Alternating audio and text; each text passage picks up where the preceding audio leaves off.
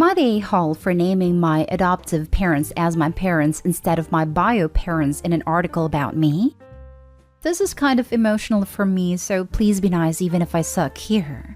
I'm 26 female. I'm all set to finish my PhD this year. Some of my published work has recently gotten press coverage in certain circles, and an article was even written about it in my hometown newspaper. In an interview, I was asked about my family, and I provided a picture of me with the people I consider my real parents, even though they've never legally been my parents. That's what prompted a controversy. My bio family is extremely religious, and they kicked me out because they thought I was gay. Not true, just a late bloomer. And an apostate. True, when I was 17. My grandparents let me stay for long enough to finish school, but it was rough. I was able to scrape by and cobble together enough scholarships for college out of state. But I had a breakdown early in my freshman year because I was so stressed out. In a big city for the first time, and I had literally nobody. There was a tiny restaurant off campus that was cheap and quiet, but I used to go there sometimes just to get away. And because the immigrant couple who ran it were always nice to me. After the lady asked if I was okay one day, I broke in tears, and they kind of just adopted me. They talked me through my breakdown and had me over for dinner and on holidays, and treated me just like one of their kids. I helped them with some things around a restaurant while I was in school. Their daughters were older than me but were friends, and I'm an auntie to their kids now. These people had no reason to take me in. We're not even the same race. But they did, and I introduced them as my parents now, and they call me their daughter. Once I'm established in my career, I plan to chip in to help them retire. I've kept some contact with my bio family, and the relationship has improved with time as my parents have mellowed out, and several of my younger siblings and other family have left their religion or become much less involved. But I can't forget being abandoned. They've been wanting me to come visit for a while, but I haven't. And when they saw the picture of me with my adoptive parents in an article, they freaked out. Their argument is that they raised me and they already apologized for kicking me out. So this is very hurtful. I think I wouldn't be doing my work without my adoptive parents' intervention, but they aren't my legal parents either. A lot of my bio family and friends are split on the issue. Some say I should have thrown my bio parents a bone since reconciliation is happening slowly. Now for the top comments. Not stay home. Blood is not thicker than water. Opie should tell them that she was born again since she would have died without these people. Okay, make it a career / spiritual / emotional death without them. So they are your career / spiritual / emotional parents. I mean, if your parents are reconciling slowly and you want that, then fine. Just tell them you wouldn't be here today without the adoptive family. And since the article was about your work, that your support family was the family that enabled you to do that work. I sometimes find that calmly and emotionally repeating a phrase wins an argument. I wouldn't be here today without them. They are my parents in that respect. And just repeat that line if your bio parents argue. Also tell them, I heard your apology, but I've not received support of any kind, emotional, financial, or life advice from you. Until that break is healed, I was simply the abandoned kid that found a new family. Not stay home. Forget bio for a second. Couple A kicked you out at a vulnerable age for no reason. Couple B scooped you up and showed you unconditional love. You were not wrong either way, but it's clear why you chose the way you did. Congratulations on your hard-earned education. Congrats on finding a true family. I think it's really sad that parents so easily discount serious emotional pain. They don't realize that the damage done may never be healed. They need to accept what they did and live with the consequences. Not stay home. I don't think it is irrational they got hurt, but they are in no position to demand any recognition. You survived and thrived despite they were your parents, not because of it. You could have been mistreated, dead, or in an institute. Check your language. They mellow down. Really? Don't you ever think that by wanting to reconcile or making a step towards it, you owe them anything. And now they're trying to guilt you. They should be begging you to acknowledge their mere existence. Next story.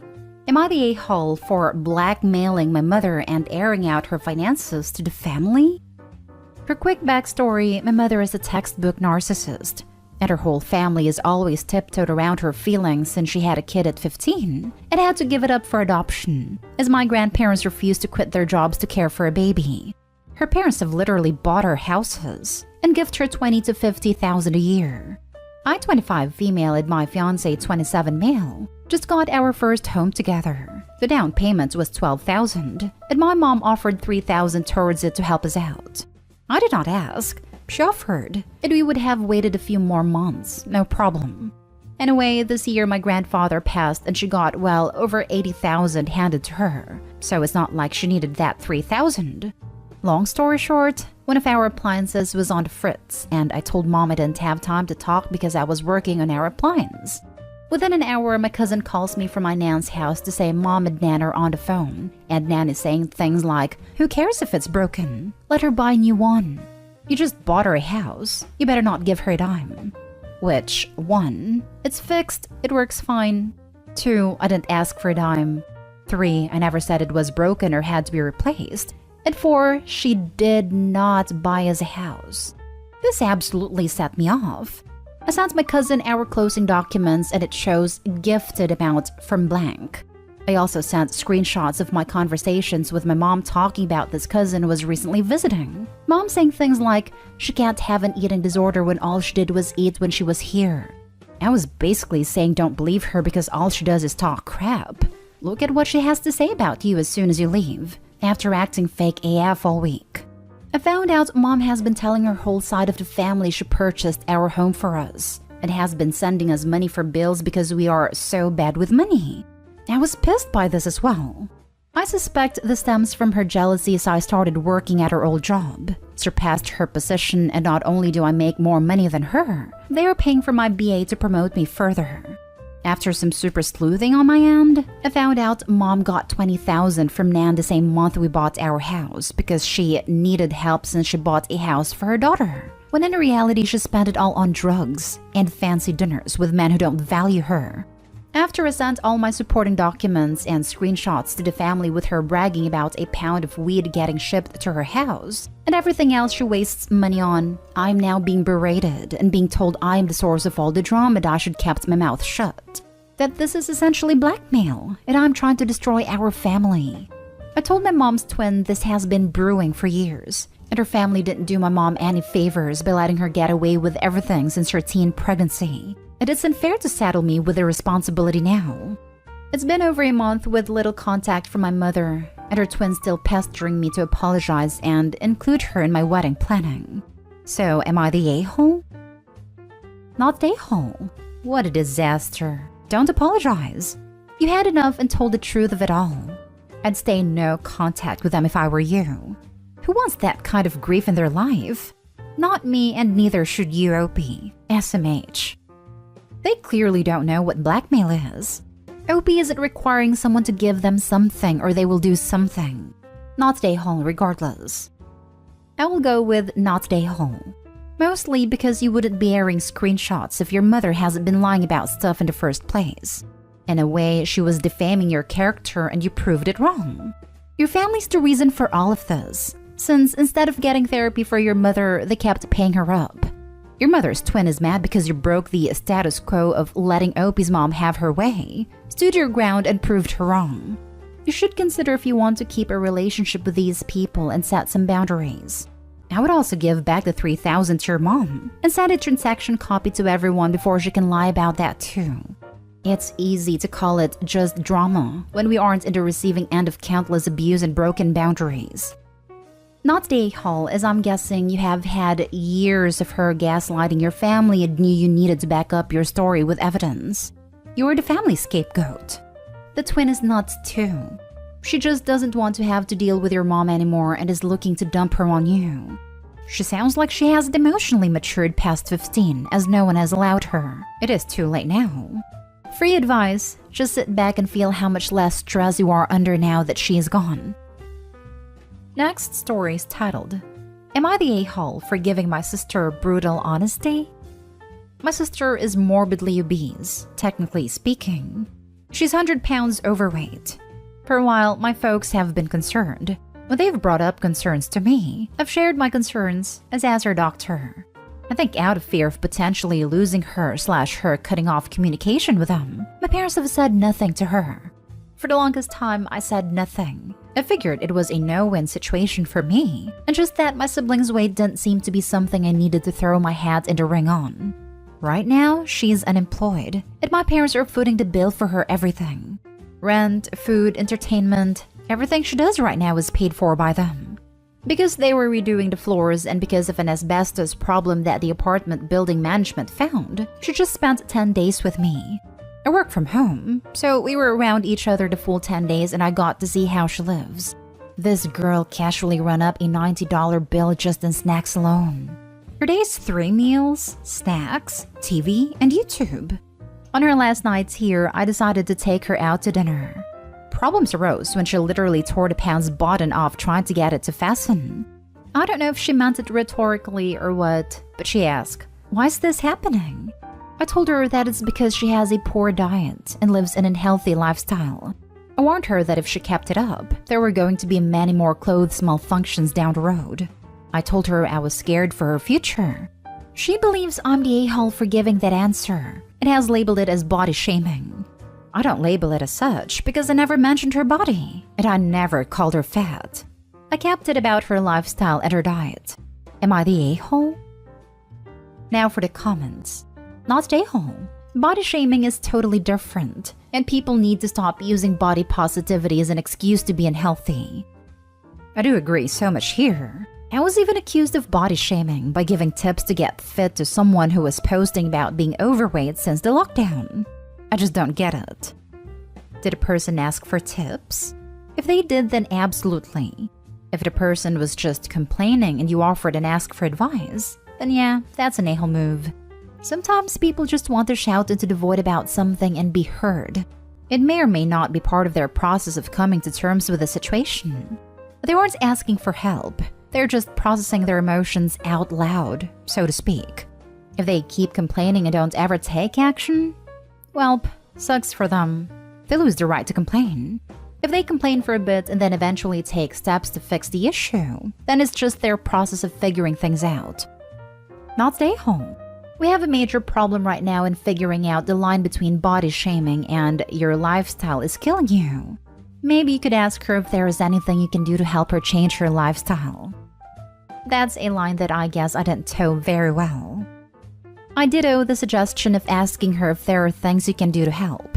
I've been unhappy with my weight for a while, but only recently did I really get myself off my butt to do something about it. And it would be a lot easier with a buddy. Cooking healthy meals for one/by myself is boring. Same with going to the gym. If your sister is interested in changing something, whether it's food or exercise, offer to be on board with her. And I'm not suggesting a diet. I'm suggesting more a focus on healthier eating in general. Not stay home. Pants rip because they don't fit anymore. Only someone in denial will ask, why is this happening in this situation?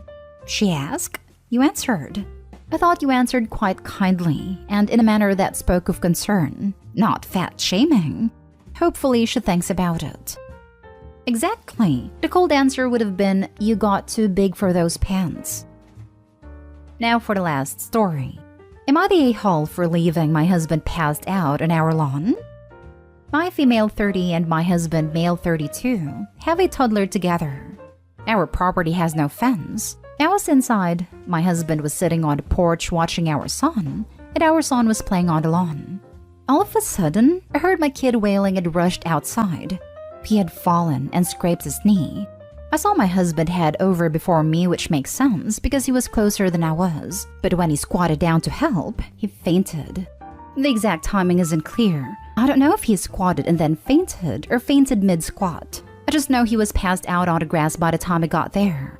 My husband is squeamish. He doesn't like gore and blood makes him uncomfortable. I knew this when we dated, and I knew it when we married. He's fainted before. We dated in college and he faints at vomit as well. It usually comes through shortly after. We've been together 10 years, and I've seen him faint maybe 3 times, including this instance. Anyway, he passed out on the grass and my son was still screaming, so I picked him up and carried him inside. When I was dressing his wound, my husband came in a couple minutes later angry that I left him unconscious and unattended in our lawn. We don't live in a dangerous neighborhood. We're friends with our neighbors. He was dressed for the weather because he was sitting on the porch outside anyway. And we live in an area where the climate doesn't fluctuate too much. So I didn't feel there was a risk of hypothermia/heat stroke. It was maybe 70 degrees and clear, which is why we let our son play outside. It only takes a couple minutes to dress my son's wound and kiss it better, so I would have checked on my husband shortly after. But my husband says I should never leave someone unconscious and unattended. I agree with this point generally, but if there's only 2 of us present and our son is hurt, I don't see what the big deal is. He thinks I should have left our son with him while I go inside to get the bandages and dress his wound on the lawn. Or take my son inside, get the bandages, and bring him back out to dress his wound on the lawn. I guess the last idea makes sense, but as a mom with a crying child, I didn't think about it that deeply. Am I the a-hole? You're the a-hole times 10. You never leave an unconscious person alone. I'm amazed by the number of Redditors who think fainting is no big deal, and who seriously suggest things like grab them a glass of water, get them some ice, make sure they're comfortable, then check on them in a couple minutes. I am kind of mixed on this. If my husband fainted at the sight of blood to the point a cut did him in, I would remove the kid first before trying to wake him up. Otherwise, he will just faint again, and I will still have a screaming toddler and a fainted husband. I really feel like Opie is in a no-win situation here. I'm surprised that so many of the comments seem to be glossing right over this. To me, it seems obvious that Opie's thought process was, remove bleeding child to avoid causing further issues, then check on husband. Do I think that she should have checked on him first? Yes. Do I think that she's an a-hole for it? No. I feel like this is a no a-hole here. I get why he's upset, but I get Opie's thought process. And I'm surprised there aren't more people at least somewhat addressing her mention that he has issues with gore. I'll probably get downvoted, but you're the a-hole. I don't think you should leave someone unconscious unattended even if it's just for a couple of minutes. That's long enough for the tongue to block their airways, and any more than 1 minute of being out is dangerous, and it could have been a heart attack or something more serious. You should have revived him first. A scraped knee isn't as risky a situation. You're the a-hole. Your triage skills suck. Unconscious human left unattended versus kid with skinned knee? And you prioritize the skinned knee? WTF? Plus, the whole post reads like the husband was outside with a baby. The child is 4, old enough to hang on a minute while you make sure daddy isn't dead.